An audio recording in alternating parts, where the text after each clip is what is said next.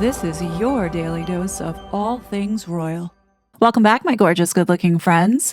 I wasn't planning on doing a video tonight. However, I literally just stumbled upon some information that I feel is really important to share with everyone. So this video is going to piggyback off of a video that I did 3 days ago, seen here. If you haven't seen it, I'm suggesting stop this video and go and watch the other one, because there are a couple of things that I will be referencing that are explained in detail in that video. The link to this video is listed in the description.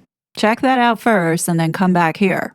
But for those who did watch it, you may recall Michael Schellenberger in this video talking about how the censorship complex is getting the band back together and Stanford playing a role in it. Since the publishing of this article, Australia now is a bit concerned about the behavior and actions of one of their own, Julie Inman Grant, the former American who's now Australian, who's head of this e-safety commission. Thank you, Mr. Acting Deputy President. International globalist organisations, tech giants, the UN, the EU and the World Economic Forum have long advocated for centralised control over the internet to combat disinformation, hate speech and cyber threats. On the 24th of September this year, the Stanford University's Cyber Policy Centre hosted a meeting entitled Compliance and Enforcement in a Rapidly Evolving Landscape, attended by leaders and officials from across the world. Now, the agenda was leaked to American journalist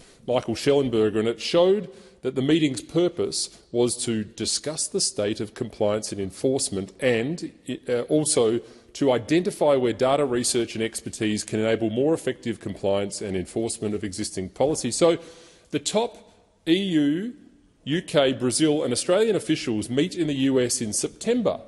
But to what end? Why did they hold this meeting? What was its purpose? Well, Congressman Jim Jordan, the chairman of the House Committee on Judiciary in the United States, certainly didn't hold back when he wrote to the Stanford Policy Centre seeking documentations relating to, I quote, Stanford University's cooperation and coordination with foreign governments seeking to censor American speech. Congressman Jordan wrote further that foreign censorship laws, regulations, enforcement actions and judicial orders may have an effect or the effect of limiting Americans' ability to access constitutionally protected speech in the United States. In fact, this seems to be the intended effect of many foreign censorship efforts. Interesting. Also interesting was that the lightning keynote speaker at the meeting was our own e-safety Commissioner, Julie Inman Grant. So why did the e-safety Commissioner attend this meeting? That's a question I'd really like to know the answer to. So it appears that Julie Inman Grant is in a little bit of hot water. I don't think she really cares, though. The important takeaway from this, though, is the U.S. government spotlight now on Stanford University. Here is Mike Schellenberger giving an update as to the inquiry now that the House Judiciary has sent out to Stanford University. When Stanford's Cyber Policy Center announced last year that its donor Frank McCourt was cutting funding to the Stanford Internet Observatory, or SIO, many of us thought it meant that the center was getting out of the censorship game. After all, the Twitter files and an investigation by Congressman Jim Jordan revealed that SIO was at the heart of the censorship industrial complex's work censoring Americans on elections and COVID, which it did on behalf of the Department of Homeland Security's Cybersecurity and Infrastructure Security Agency, or CISA. Just a quick reminder to everyone, Harry was a part of the Aspen Institute Commission on Information Disorder, as well as worked with Renee DiResta from Stanford, Alex Stamos from Stanford, also Chris Krebs from CISA. Harry and Meghan were in the thick of it with these people. And on top of it, responsible for the harm that was caused online with these disinformation campaigns that Harry and Meghan had been running. This military-grade censorship operation included this psychological warfare that was unleashed onto unsuspecting innocent people like myself and many others. Many of us were subjected to online abuse as well as getting canceled and demonetized, with the biggest disinformation campaign that they were running concerning Meghan's pregnancies. So this was Censorship Industrial Complex 1.0. Now, for 2.0, we've seen that it's all about the kids and keeping the kids safe online, hiding behind the kids. But this program is still in full force. Or, as Harry likes to call it, the mission. The mission continues. While SIO still had other sources of funding, reported a blogger last year, the McCourt funding decision was seen by some at SIO as a clear signal that Stanford had soured on its commitment to their work. But yesterday, we revealed that the Cyber Policy Center is back in the censorship business and in a big way. Last month, it hosted a strategy session with representatives of the governments of EU, UK, Australia, and Brazil to coordinate global censorship, including of Americans. The strategy session was secret and only discovered thanks to a whistleblower who provided Jordan's investigators with the agenda. The funder of that gathering was none other than Frank McCourt through his Project Liberty Institute. Many Americans concerned over the weaponization of government for censorship and lawfare over the last 10 years are frustrated by the lack of prosecutions and convictions of the main actors, particularly the heads of intelligence agencies who apparently got away with what they did. We have expressed our own concern about the apparent lack of any significant reforms at the CIA. But what has delivered results is Jordan and his committee, which investigated and revealed multiple government censorship efforts, including by Stanford Cyber Policy Center, by the Brazilian government of Twitter, and by the Biden administration of Facebook, Twitter, and YouTube. Last August, Meta Facebook CEO Mark Zuckerberg sent a letter to Jordan where he confirmed that the FBI had spread disinformation to its executives relating to the Hunter Biden laptop, that Biden officials, quote, repeatedly pressured our teams for months to censor certain COVID-19 content, including humor and satire, and that at Meta we made some choices that, with the benefit of hindsight and new information, we wouldn't make today. And last month, Google admitted in a letter to Jordan, similar to the one from Zuckerberg, that the Biden White House had demanded censorship of legal content and that it feared that the European Censorship Law, or DSA, will require it and other tech companies to, quote, remove lawful content, both within and outside of the EU. And now Jordan's office has sent a letter to Jeff Hancock, the head of Cyber Policy Center, to demand documents, emails, text messages, and other information related to the center's foreign censorship scheme and the September 24th meeting it held to coordinate governmental and NGO efforts. The center's, quote, roundtable brought together foreign officials who have directly targeted American speech and represent a serious threat to the First Amendment, he wrote. Inman Grant was a keynote speaker at the Stanford meeting and is the creator and head of a global government censorship network which aims to leverage global economic power over allies to force U.S. tech firms to comply, including in the United States. She told the World Economic Forum that her mission is to, quote, coordinate, build capacity, use the tools that we have that can be effective, but we know we're going to be and go much further when we work together with other like-minded independent statutory authorities around the globe. Wrote Jordan in his letter, other attendees and panelists included officials from some of the entities with the worst track records of extraterritorial censorship, including the United Kingdom's Ofcom, the EU, and Brazil. By hosting this event designed to encourage and facilitate censorship compliance with regulators from Australia, Brazil, the EU, and the UK, Stanford is working with foreign censorship officials to vitiate the First Amendment. The letter, says Jordan, quote, serves as a formal request to preserve all existing and future records and materials relating to the topics addressed in this letter, and demands response by November 5th, next Wednesday. If Stanford Cyber Policy Center does not respond, then Jordan could issue a subpoena, as it had to do when investigating the SIO, given its active resistance to giving the committee information about its censorship by proxy scheme. This collaboration with foreign censorship officials is even more alarming in light of Stanford's past efforts to facilitate domestic government censorship of lawful speech, wrote Jordan in his letter to Hancock. As the committee found in the 118th Congress, the Stanford Internet Observatory, an entity for which you were the faculty director, led the Election Integrity Partnership's efforts to launder government censorship requests to social media platforms, enabling officials at the Cybersecurity and Infrastructure Security Agency and the State Department to covertly silence voices they disapproved of to influence the 2020 election. The Election Integrity Project, or EIP, publicly claimed that, quote, EIP did not make recommendations to the platforms about what actions they should take. That was a lie, as Jordan's committee revealed at length in a report on, quote, how the federal government partnered with universities to censor Americans' political speech. Some examples from EIP to platforms included the following, quote, we recommend labeling all instances of the article being shared on Facebook, and, quote, this has circulated in pro-Trump conservative groups and sub-communities. We recommend that you flag as false or remove the posts below. And another example, hi Facebook, Reddit, and Twitter, we recommend it be removed from your platforms. There are dozens of other examples like this. As Jordan notes in his letter, not only did Stanford participate in this domestic conspiracy against Americans' First Amendment rights, but it also attempted to cover up the scheme when the university's counsel made misrepresentations to the committee and threatened committee staff. It seems that Stanford is once more attempting to covertly undermine the First Amendment rights of Americans by collaborating with foreign government officials. There is every reason to believe that the Stanford Cyber Policy Center will resist Jordan's demands. As the Jordan Committee investigators noted in their report, they, quote, only obtained these non-public reports from Stanford University under the threat of contempt of Congress. But why is that? Why is the Stanford Cyber Policy Center so obsessed with censoring the internet? Who is the center's Jeff Hancock? And why is McCourt funding these censorship efforts? So you might be asking, why is this important? Well, in the recent interview that Harry did with Hassan Minhaj, he openly admits that he and Meghan went to go see Stanford. And then it was the tech industry and it was social media. And we're like, well, that's not very sexy. There's no real, how do you tell this story? And then we saw the experts at Stanford. So now Jim Jordan has gone ahead and sent this letter to Dr. Jeff Hancock of the Stanford Cyber Policy Center, writing to him saying the Committee on the Judiciary is conducting oversight of how and to what extent foreign laws, regulations, and judicial orders compel, coerce, or influence companies to censor speech in the United States.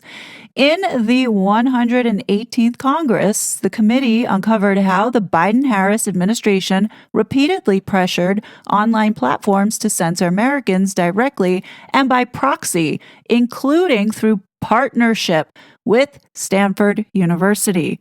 Following this oversight, Meta and Alphabet both admitted that it was wrong to bow to the Biden-Harris administration's censorship demands, publicly committed to restoring free speech on their platforms and reform their policies. Now, a new threat to Americans' free expression has emerged in the form of foreign laws, regulations, and judicial orders that require or coerce American companies to limit what content can be viewed on their platforms in the United States. To protect American civil liberties, the committee must investigate the extent and nature of these foreign censorship efforts and their effect on constitutionally protected speech at home. We write to request documents relating to Stanford University's cooperation and coordination with foreign governments seeking to censor American speech. Foreign censorship laws, regulations, enforcement actions, and judicial orders may have the effort of limiting Americans' ability to access constitutionally protected speech in the United States. In fact, this seems to be the intended effect of many foreign censorship efforts. Oh, you mean like what this British prince on U.S. soil has been doing here in America? The committee has already uncovered how censorship laws like the European Union's Digital Services Act are content-focused and have extraterritorial effects. These laws set de facto global censorship standards by coercing social media platforms to change their content moderation policies.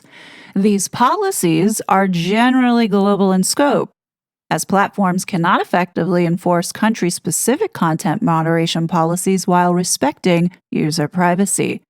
Other jurisdictions, including Australia and Brazil, have issued direct orders to social media platforms to globally remove specific content. These government censors do not act alone, however. The committee's oversight has shown that foreign governments regularly consult with and rely on third-party organizations as they develop and implement their censorship laws and regulations.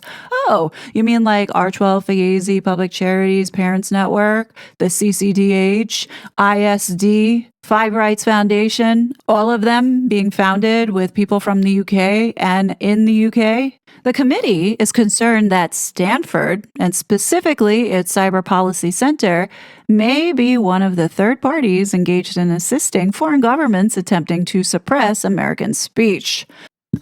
So Dr. Jeff Hancock has a lot to answer for, and in this letter it goes on to request documents pertaining to this secret event that was held back in September. Jim Jordan is requesting of Dr. Jeff Hancock all documents and communications referring or relating to this event, as well as documents and communications between or among Stanford and any foreign government, including Australia, Brazil, the European Union and its member countries, or the United Kingdom.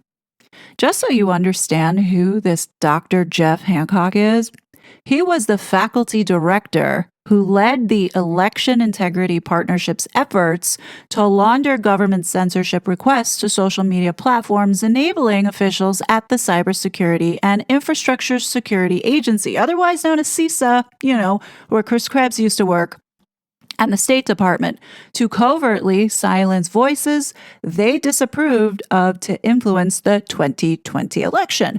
Now, why is this piece of information so important? You know how I always say that Harry and Meghan interfered with the 2020 election, not only by speaking up and using their titles, but because they were involved with the people who were doing it. Rene DeResta, Alex Stamos. I mean, we just got done hearing Harry say that he saw the experts at Stanford. Those are the experts. But the biggest expert that Prince Harry works directly with is none other than Dr. Jeff Hancock himself. And that's because Prince Harry and Dr. Jeff Hancock both work together at Better Up. What a small world. Right? Now, I would like to say that Harry was at this meeting in Stanford, but he was not. He was actually meeting with his father, that whole reconciliation narrative that they're trying to push off onto us. The key point that I want you to get out of this is that Harry knows him. Now, listen to this profile. It says here, Jeff Hancock is the founding director of the Stanford Social Media Lab and is Harry and Norman Chandler Professor of Communication at Stanford University. Before joining Stanford in 2015, Dr. Hancock was a professor of information science and communication at Cornell University. His work focuses on understanding psychological and interpersonal processes in social media. Using computational linguistics and experiments, Dr. Hancock's research has shed light on how the words we use reveal psychological and social dynamics, such as deception and trust, emotional dynamics, intimacy, and relationships and social support. Dr. Hancock is a leading expert on how people use deception with technology, from sending texts and email to detecting fake online reviews. His TED Talks on deception has been seen over 1 million times, and he's been featured as a guest on CBS Morning for his expertise on social media. His research has been supported by funding, aka the U.S. taxpayer, from the U.S. National Science Foundation and the U.S. Department of Defense, and featured in popular press, including the New York Times, CNN, NPR, CBS, and the British Bashing Corporation, otherwise known as the BBC. It's people like this who society should be afraid of, especially when their specialty is in the art of deception combined with technology. I almost wonder if this whole thing with Harry and Meghan has been one big experiment that these people have been studying. And for what it sounds like, it might even be on the taxpayer dime. The fact that this guy is working with Prince Harry at Better Up tells us all we need to know about this guy. Like I said, none of these people can be trusted if they're connected to Harry and Meghan. By now, I'm hoping many of you see how Harry was involved with this and is still involved with it, and why he should be questioned by the US government. This guy should have been deported when I raised the red flag back in 2021.